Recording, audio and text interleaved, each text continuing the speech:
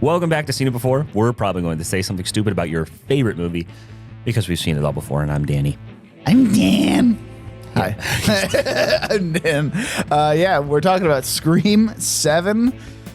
Burn it all down. That was the slogan of this movie, and well, They may have done that with the we're gonna talk more about all that stuff as we go on through this. We don't need to do much of an intro. Let's get to it. Oh, I'm not hiding, Sydney. So Scream 7, what I liked about it, Matthew Lillard's back, and a few other people are back too. And what I didn't like was that the reveal of the killer, in parentheses, I don't know. But I did like the acting. I liked what's her face, the main Sydney's daughter. Oh yeah, Tatum. Well, the actress, like Isabel May. yeah, she was good. I think she's a very talented actress.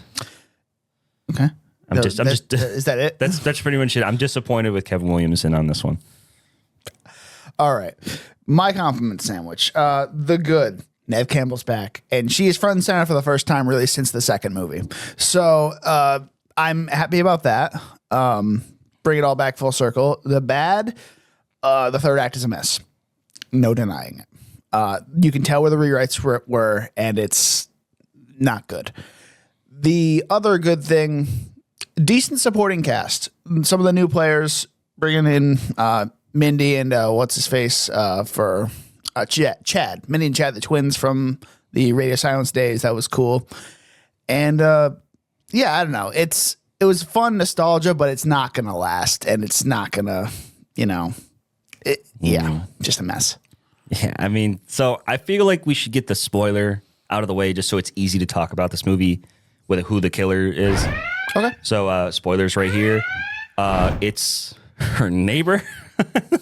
It's her neighbor and her and some psych ward dude. Her like orderly guy. Maybe her doctor. She checked herself into a facility because she was following her, Neve Campbell. She did go to New York City, the meta thing about that because she wasn't in the sixth one. Right. It's just like, yeah. So the Matthew Lillard isn't back. He was an AI.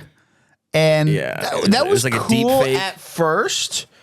I was really hoping that it was still Stu, but like he's like acting crazy and like what? Because I really wanted Stu to not be the character Stu. I wanted him to be mature. I wanted him to like the way like when you're burning down they're burning down that like Airbnb, which apparently it's not the actual house. So that was also confusing, but it's not the actual house, and he's burning it down. Like with this context of who the killers are, it doesn't make any sense to me why they would burn Stu's house down. I don't understand that unless it was Stu, and he's like, these guys are encroaching on my legacy. Yeah, but he's just psychotic. I don't think he would be, menacing like that just to burn a house down and just be.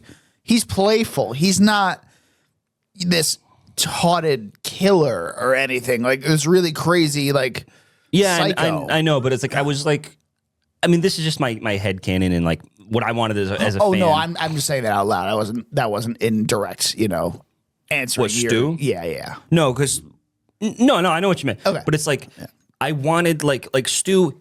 He was the sidekick in the first one, right? And he's always been known as the sidekick, and he's like this goofy kind of like my dad's gonna kill me, and he's goofy, but like I was hoping that like 30 years have gone by. No, he played Shaggy. 30 years have gone by.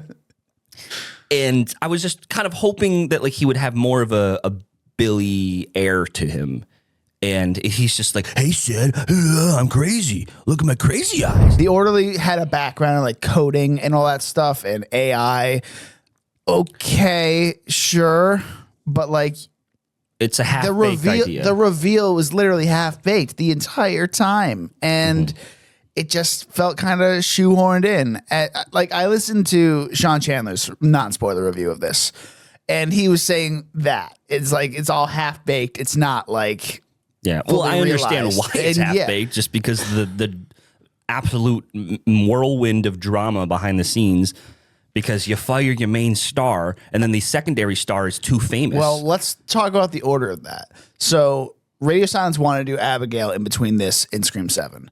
So they did, but Scream 7 wanted to do it faster. So they kicked Radio Silence out. Then Melissa Barrera had all the political stuff going on. Then Jenna Ortega left. And then they brought Kevin Williamson back and Nev Campbell. it just screams desperation, and it's like, and I love Kevin Williamson. I don't think he's made a good thing since I think Scream 2. Well, he's a good writer, but he's Yeah, just he's good. He's good. He's a good writer. he's directed one other thing. Wes Craven was the other. Yeah, he directed They Slash Them. I think so. It was like this, trans killer, Yeah. and like it was. Oh no, was it COVID? It was during COVID or something. Something with them. It was bad. It was bad. Yeah. He's not a director, and it shows. Who doesn't want to have that other skill, right? But it shouldn't like shadow the fact that like I bet you he was rushed making the script. Oh, 100%. And even his half-baked ideas, there's an inkling of good, like you can see the seed of greatness there. Well, yeah, and let's go into that. That's the first 2 acts of this movie. The first 2 acts are good. I actually liked them a lot because it brought the whodunit aspect of like, how is this AI thing working? Is it AI? Is it not AI? Then family trauma, all that stuff, passing it on to the next generation. Like it has ideas in here. They're just kind of, I don't know. Yeah, it's like, it's like you want to update it for modern times. What's it saying? Originally, Scream, I think the 2 strongest movies, like with something to say, were actually, I think there's 4 strong premises. I think 6 doesn't really have a good premise or of like meta-ness, right? First is like commenting on the slasher films. You need that. Second is about sequels. Third is about the franchise. And then 4, I guess, it's about the new generation. And it's like, okay, whatever. And guess what? Those were all the Wes Craven movies. Yeah. But 5, I think they had a great hook doing the requel. Like that was a great idea. It's time to do that. And then 6, it definitely felt like a cash grab, but they made it work because I really like 6. Well, the characters were so good in 5, they could make that sequel, and it worked. Right. So, in this one, what are we going for here? as I said in my compliment sandwich, it was cool to see Mindy and Chad again. They were fine, bringing the Randy essence to it, but it's again, it's half baked. We kind of pinned it. His mom was always because you said when she turned around outside the house and saw she saw Gail. She's like she's starstruck. Yeah, and you're just like yeah. So hold on to that for a second. Like the focus was on the kid, but you could definitely see the mom reacting that way. But like during that scene, I'm thinking like, okay, so we're finally gonna give Mindy like she got it right this time, and then she disappears from the rest of the movie after that scene, just like the cops. Yeah, what the fuck, dude? Where are the cops in this small town, man? They can't all just be, coercing the neighborhood. Like they show the cops like 3 or 4 times. Where are they? Especially in the 3rd act. Where are they? Exactly. Because they're running around the town. Yeah. Yeah. No, like I think Tommy brought up like they're searching the house like after the first attack. And it's like, where's your go bag and stuff? So the police clear it. They clear it. But don't look up, guys. There's 2 closets on either side of the front door. They don't check them. There's an attic, guys. You look at the attic, man. Like, yeah, sure, you might not be able to get up there, but you like come up with a less obvious hiding place than the attic. Because I feel if I was a police officer, I'm gonna look in places where people are gonna hide. Yeah. Well, even when like Sydney was like the shot where Ghostface jumps down from the attic. He's like lurking behind her, and he goes into another room. I was like, oh, I like that. That was kind of cool. Yeah, it was cool. They added like the kind of Michael Myers, stalking charm. Yeah, the charm to it, like the whole little, he's creeping. Yeah, and they did that pretty well, I would say. But it's just the idea of him just getting there somehow in that house. And also when he gets down from the attic, he jumps. He jumps down. You're gonna hear that. He's wearing fucking steel toe boots. Like, yeah, how do you not? it's like, and that's it. It's a good idea. Like it's good, but it's just logistically, it just doesn't make any sense. I'm guessing that Ghostface was probably the neighbor because she may have had access to the house. You never know. Oh, although, yeah, that makes sense. Although to be fair, well, she had access to the latte shop that we know. Yes, I mean she had to have. So, yeah. But and that's the cool. Like, there's great sequences here with like I love the whole like tap on the glass, turn around, ding, ding, ding, and then like runs. You know, I like that little bit. And I like the through the wall sequence. Like that was really great. cool. I mean, but it was in the trailer. Yeah, and and same thing, shooting through the wall. Like that was also in the trailer. I really liked it. So, you did think Joel McHale was going to die in this movie. I did. It was like, oh shit, they showed him dying in the trailer. It's like, what the fuck? But he didn't. So I guess he's like the new Dewey, which that's cool. Yeah, that's fair. He is Dewey adjacent. And yeah, so okay, let's go back to the third act because you can. These rewrites. Where would this movie have gone in the third act if they had, Melissa Barrera and Jenna Ortega still? I think this would be a completely different movie. I don't think Sydney would be even involved. It wouldn't even be about her daughter. I think it would just be a continuation of where they were going before, maybe even still in New York City. Okay. Like, I think it's just because I think they were planning for Sam to be the killer the whole time, right? Like they were definitely kind of hinting. Maybe that was like the first thing, but but I keep going back to the first opening scene. Why? What is the personal motivation for this Ghostface killer to burn down a version of Stu's house? I don't have any explanation other than that was originally supposed to be Stu. That makes a lot of sense to me. I don't think that even makes sense though. Like, why would he burn that down though? Like, it doesn't make sense. Well, I think it's like you got to explain that to me. Like, how does that make sense? The way that I was. This is all like headcanon, right? Like, this is like what I would imagine for like 30 years. What would Stu be like? Would he like that his Scooby-Dooby-Doo? I'm gonna end this podcast right fucking now. I don't think he would like this whole franchising of his life. I'm not sure if he'd be into that or not. So if that's the case, he would want to burn down all this commercialism that involved around him and his gay lover just wanted to kill people. I think Kevin Williams did say he was writing them as a couple, Billy and Stu. Okay, but so that's where I imagine Stu's character to be, and he's like, I'm gonna finally get Sydney because she's a bitch and she's been profiting off of her this and except she hasn't. Well. But then maybe like Kevin Williams decided not to do that because he kind of already did that in Scream 4 with Emma Roberts being jealous of her aunt. Yep. So, yep. But yeah, but then at the same time, so it's a great opening scene. It's just, why those people? Why this house? It doesn't make any sense for this. On Airbnb stuff, maybe? I don't know. I don't know. Like, because there was all those Airbnb like things going on a few years ago where like, and maybe that's what they were trying to comment on without commenting on it because like, yeah, I don't know.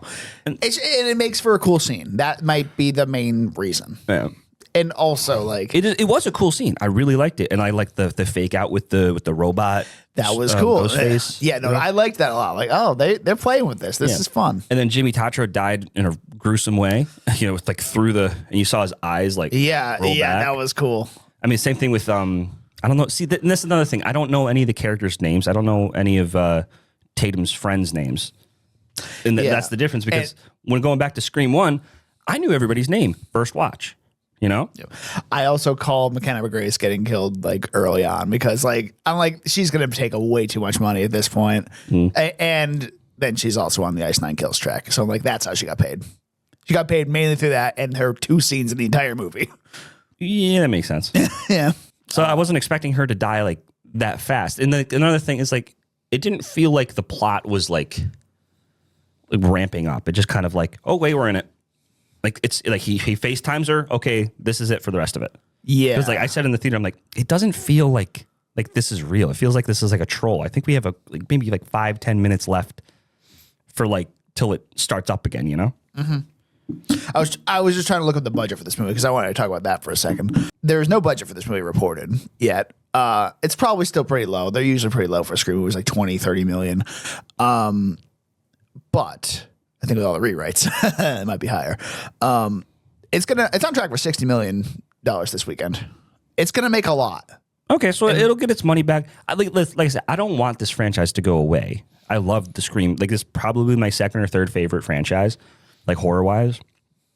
But it's just, I'm just like disappointed with how the company handled all this shit. Well, they wanted to get a sequel out really quick. I understand that. Like, you want to profit off it as much as you can, especially. But I get it. But at the same time, the reason the Scream movies are so great is because they have something to comment on. If you wait a little bit, there's going to be another trend. You can comment on it in a creative way. Like, look at Scary Movie, right?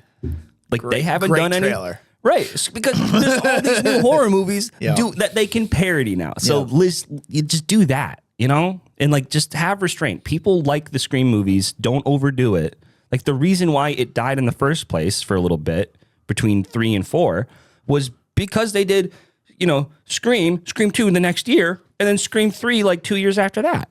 Yeah. No, you're right. You're right. It's the oversaturation of the market. And then, like, luckily they had like those sequel and franchise commentaries to hit on. But Scream 4, like, in the new generation is good enough of a premise at that point, It's like, it's the next generation. We're going digital, Yeah, no, like... But then after 4, it died, which that's good. That's good because at 5, then we can do the requel. Mm-hmm. Fair. How did the AI... What aged them up? No. Well, yes, but no, not that's not what I was getting at. But yeah, that was weird. Yeah, let's talk about that for a second. Well, it's clearly they just got the actors, put them on a green screen, and except for that one thing with Stu outside the school, like that one actually was like, yeah, they have to hit on the nostalgia because Stu coming back has been theorized in Scream 3. Yes, so I get it, and I liked seeing him. I just was disappointed with it's not actually him. Yeah, I really liked the part about Tatum's boyfriend. He also looks a lot like Cotton, which I mentioned in the movie, which is weird. Interesting. That would have been really interesting. Yeah. I don't think he would have had time to have a kid before he died, but no, no, he would not. But so anyway, let's talk about him. So there was that shot of him in the car with the AI. So I was like, how that never came back before he died. So, like, what was the whole point of that? I think he was just trying to, like, what I would do as I'm testing it. Yep, that's exactly what Haley said. I was like, oh, that makes sense. I didn't even think about that. He said like, it really quickly before he got hit in the head. See, I didn't catch that. Okay, so, yeah, no, he was testing it out, which, okay, they explained that. Cool. But they said it so quick like that. Like, I can't be the only one thinking, like, why was that shoehorned in like that? So, yeah. Anyway, what? Well, no, I was just thinking because he gets hit in the head with the laptop with a 2021 MacBook Pro. I'm like, yeah, that would hurt. That thing is like a fucking brick, dude. Yeah, MacBooks. Oh yeah, it was a Pro. Oh yeah, I was thinking the Pro. Air. I'm like, the Air isn't. It's the one I have. Where oh it's yeah, like, yeah. Boom. They also set up the professor or the teacher. I mean, he's a douchebag and a little comedic relief, but like they show a quick shot of like Sydney like looking at the crowd, like what's going on here. Yeah, I mean that's just misdirection. I think at that point. I never bought it though, so it didn't do its job. I mean, we really bought Sam from Gen V. We really bought that. Yeah, like because I'm thinking, okay, this is because they like doing this callback thing where Scream 2 was, so Scream 2 was it's the mom. It's like it's family, right? Yep. And it's also this weird kid. That should have been a dead giveaway to us when they got her on the screen. The mom part. That should have been a dead giveaway. That it was Laurie Metcalf. Yeah, that should have been a dead giveaway that it was. The mom, like the neighbor. Oh yeah. The second she said my shit ex-husband, I'm thinking, okay, her ex-husband is Stu. He's the love baby of them. Yeah, and they're both crazy, and maybe they're all three of them are involved. Yeah.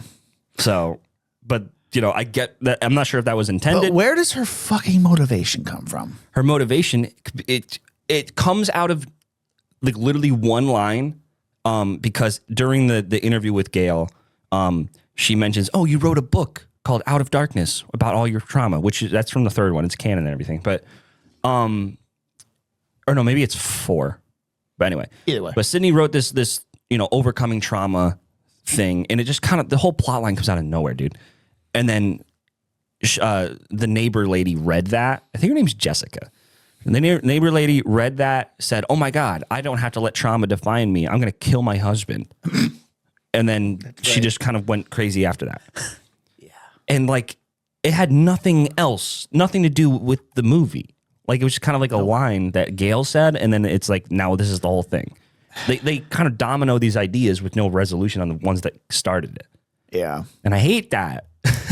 It's so clear. You can see like the setup like Stu to, Tatum not wanting to, or, wanting to be a warrior, to this Out of Darkness thing, to, I guess everything's cool. Like, and then you have Sydney like not wanting to relive her trauma, but like it doesn't go anywhere. Yeah. It doesn't. Although one thing I did really like is that, and this is like great kind of like subtlety, where when the first attack happens with McKenna Grace, they go back to their house. They do the shitty sweep thing with the police, but it's like, where's your go bag? We're prepared for this. We know what the fuck, because Sydney's been through yeah 5 times. Yeah. She's going all around. Yeah.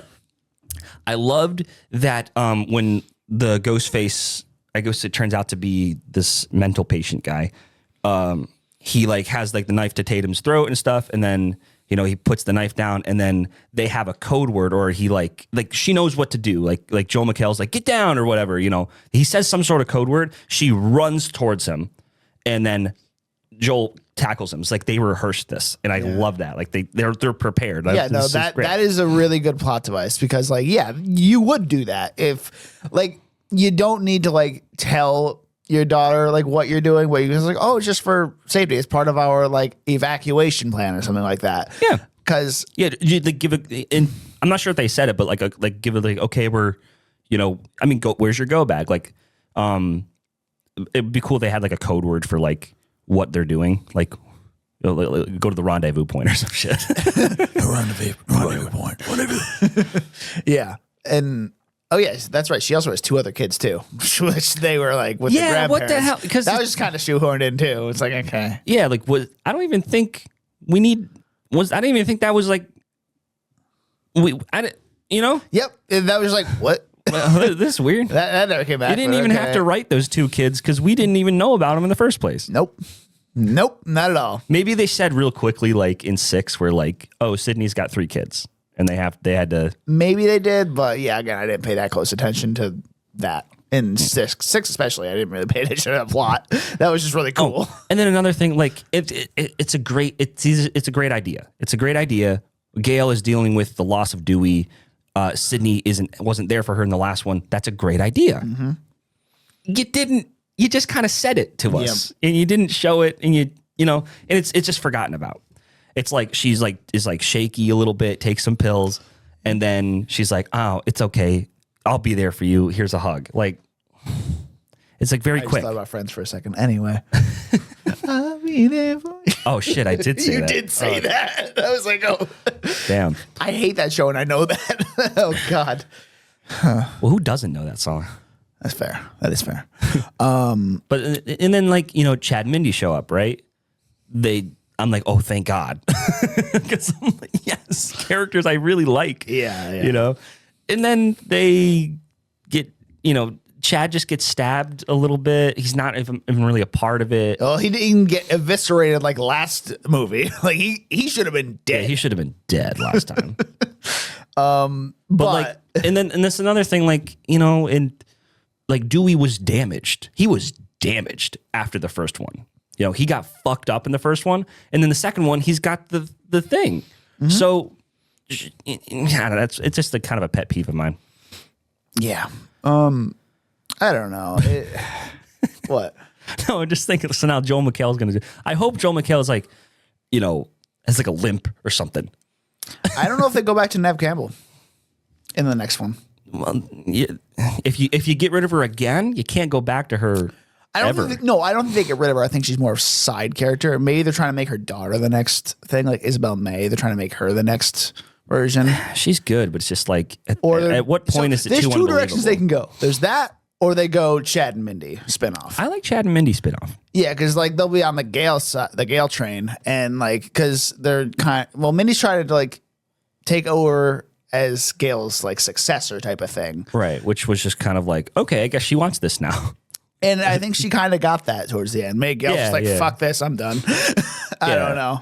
So I'm just like, there's like four different movies you could have figured out from this mess, and then just put it all together. And I'm just like, it's too much, guys. Instead, too much. they mashed it all together and made a shit show. It's like it's a committee by horse, or horse by committee. Sorry.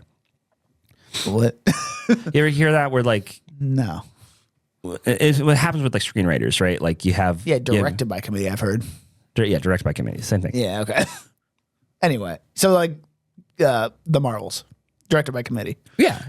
Okay. You have a whole bunch of like 20 people doing the one job. Too many cooks, you know. Poor Nia DaCosta. Yeah, she can't catch a break, dude. She can't. Because now Bone Temple bombed, and they're not going to make a third one, and so that's 2 bombs for her.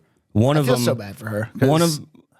I mean, I don't think The Marvels is a good movie, but I don't think it's not really her fault. That's not her fault. And then Bone Temple is a good movie, and it's still bombed. So what the hell, guys? And that's just unfortunate. I don't know why. Maybe marketing people didn't. It came out in January. That's why. Yeah. Why would they do that? All right, we're getting off track there. We can't go down that rabbit hole right now. Anyway, I think this movie's it's clearly the worst one in the Scream franchise for me. I disagree, but go ahead. It's kind of like a Scream 3 is like overall lackluster.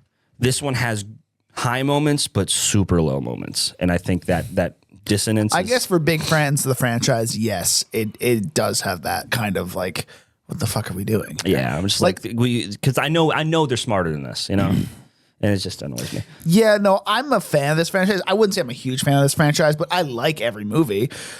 I don't think there's a bad movie in the entire franchise, including this one. But yeah, there are lesser movies. I'd say this and 3 are tied for like the worst. Mm-hmm. But I don't think I think I could flip flop on any day with that. So maybe it's just like my recency with being disappointed by this movie. So I remember when I watched Scream 3 because I binged them like when I was a kid. Yeah, I remember vividly watching them. Like I was like sick one day, and I set up my recliner right in front of the TV in like my upstairs living room. So I was like literally like the stairs go up. I was blocking the stairs because I was like right up against the TV. Yeah, and I think my parents ended up watching the third one with me. But I 1, 2, 3 back to back to back, all on YouTube. That was back before YouTube had copyright problems. That's fair. Yeah. So all right, let's do current ranking of the Scream movies. Oh boy. Worst to best? Best to worst. Best to worst. So Scream 1. Yeah. Scream 6 for me. Ooh. So yeah, Scream 1, Scream 6, Scream 5, 2. Yeah, 2, 4. Right now, 3, 7. Okay. Yeah, I think I'm going 1, 5, 2, 6, 4, 7, 3. Interesting. Nice. Yeah.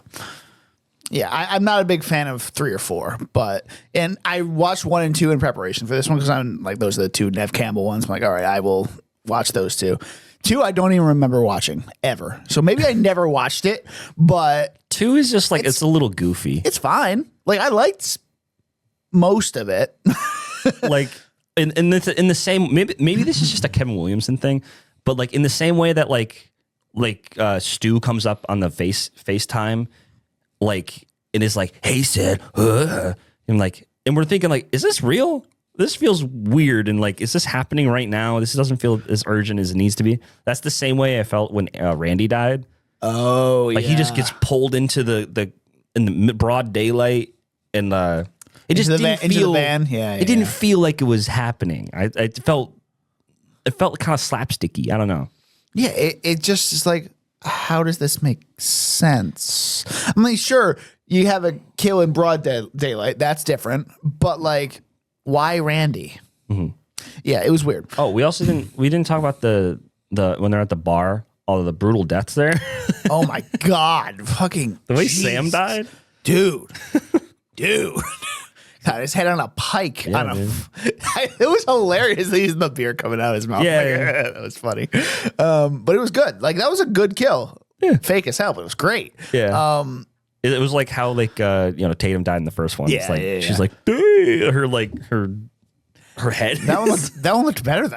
Yeah. But you know what? Hey, it's fine. They have to insert a little humor, and I think that was one of the better choices. I think. Yeah, I agree. It's one of the better sequences. Like that whole bar sequence was really well done. Yeah. It's strange. It's just like I like the things that happen. And again, I the don't- first 2 acts were good. Yeah, first 2 acts. Yeah. Mm-hmm. But then Chad and Mindy get sidelined after they're sidelined from for the first half of the movie. They show up and then Yep. and like what? It's just kind of like a Cut them out, a no little bit consequence. of a longer cameo. That's kind of all they were in this movie. They were just there. Same thing with Gail. She's not even part of the third act. No, but she has a big scene with the TV scene. She finally Yeah, got her she interview. finally gets the interview. like that's a big scene. I get that. I don't know. This movie, it was disappointing, but we kind of knew that with the marketing campaign, which was absolutely zero until the week of. Yeah. I was like, this movie's going to be trash. But like the trailer, the first trailer, I'm like, it was good. What? It was good. And he's like, this is gonna be fun. Like, Yep. But But I'm thinking like, oh, they're already showing us stew. Like, what else could they have in store? It turns out they had nothing. well, they didn't show us. Oh, they just had gave his his voice, Yeah, right? so they confirmed in like the Comic-Con, they confirmed that he was back. Yeah, like it, So I'm it thinking was if they're- known for a while that he was coming back. Right. But So, but I'm thinking like, if they're showing us all this, what else could surprise us? And apparently nothing. it's just like the annoying thing with I don't like Last Jedi. It tears down things. It's just like it teases us with things. I'm like, oh, the possibilities, and says, no, you were wrong and stupid for thinking that. Yeah, exactly. All right, you got anything else? No, I think that's it. It's not an hour. You said, "Oh, I'm going to talk for an hour about this movie." Well, I want to tamper my my. I'm not angry. I know. I'm not angry, Kevin. I'm just disappointed. I'm just disappointed. But I'm still gonna be here for the 8th one if they make one. I think they will. This movie's going to make money. Yeah, The Scream movies make money. it's just like even like the promotional poster that we got, like it's so poorly made. It's like literally like it has the original Scream logo with a little metal text on it, and then they Just has they Nez Campbell's face on it. Yeah, just Nev Campbell's face, and then they put like this shitty like 7 on it. Like I could make this in like 3rd grade. I was actually like really like curious because of how poorly made the poster looked. Yeah. I looked up because like I'm like I recognize her face, like her position in this. I looked up the Scream 3 poster, and I was thinking for like a split second, like did they just take her from the Scream 3 poster and put her on this poster? I don't think they did that because there's like a piece of hair kind of covering her eye a little bit in the new one. Yeah. But like it's very close. All right. This was bothering me. I was talking about this during the movie. I was like, who does Neve Campbell's daughter remind me of? And it reminds me of Sarah Chalk, the actress, the one from How I Met Your Mother and Scrubs. And the one who played Stella. No, I know. It reminds me of her so much. It's the eyes. It's the fucking eyes. I was like, holy shit. Why does she remind? But yeah, she's not related to her at all. So everybody in Hollywood looks alike, man. Everyone in Hollywood looks alike. I mean, hey, considering what we know about everything coming out right now, she could be a fake love child of somebody and somebody else. And It's fair. Or she's distantly related. You never know. Yeah, I mean, it doesn't need to be the parents. I mean, Nick Cage is related to Coppola. He's a fucking Coppola, man. That's crazy. Yeah. This is how it is. But yeah, you made me think of Stella, and How much you hate Stella? I hate Stella so much. I hate that Ted folded and is like, okay, I'll help you get Tony back. What a stupid See, decision. I knew Ted. this conversation was coming too. Because I was like, she's a horrible person, and she gets like a redemption, and she for no reason. He's like, kids, you should just let it go. I'm like, okay, agreed. Mental health, that's important. But to help her, when she comes begging, to help. Oh my god, dude. give this movie a rating. Damn. Damn. Well, I'm not sure if I've rated Scream 3, so I'm just gonna give this one a 72. Okay. Yeah, no, 72. Interesting. I need to just see what we're doing next so I can plan. Anyway, okay. Well, So before you give your rating, I just want to say this is the 30-year anniversary of the first one. Mm-hmm. And that's not talked about because they knew this one was going to be bad. And I just like, it's the 30th anniversary, guys. It's kind of important. my rating. I'm going to give this movie, I'm not going to go back to this that often. It's not super rewatchable, but if I'm in a nostalgic mood, I probably would. So I'm going to give it a 74. It's fine. It's not great, but you know what? It does have some fun sequences. So there's that. I mean, yeah, another thing I thought about, like when the two Ghostface, like the second Ghostface reveal when they take her, like, and like, I thought it was really cool. Like it whip pans and it's kind of like slow motion. It's like there's another one. So I like that. Yeah, no, there's some good stuff, but you know, it can't be overshadowed by the horrendous mismatch with the third act. Kevin. Oh, R.I.P. Oh, now I'm sad. All right. We're Seen It Before. You can find us on Instagram and TikTok with @SeenItBeforecast. That's SCENE Beforecast. And you can find me on Letterboxd with DonutMan96. I'm Dan. I am Danny. You can find me on Instagram at Danny_Was, my Letterboxd and serialized at DJ Was, or my YouTube channel, which is just Danny Was. So we're not doing too much in the next. We haven't really planned much out through for Seen It Before in the coming days, weeks, possibly month. But we have our boys. We're going to be doing the boys each week when it starts coming out in April. We're going to do a preview episode, I believe, a few weeks before that as well. Just like, you know, everything leading up to season 5, because the show's ending and it's been a great ride despite, you know, some season 4 woes. But, you know, I'm hoping they can pull it together, and I guarantee it's going to be even more relevant in season 5 than it has been in many years. We also have our Oscars live stream coming up on March 15th. We're going to be going live 6:30 Eastern Standard Time. So, you know, tune in for that. We have a lot of surprises going on that one. Yeah, we're getting bigger each year with things we put out there. Cameron and James will be joining us as they do every year.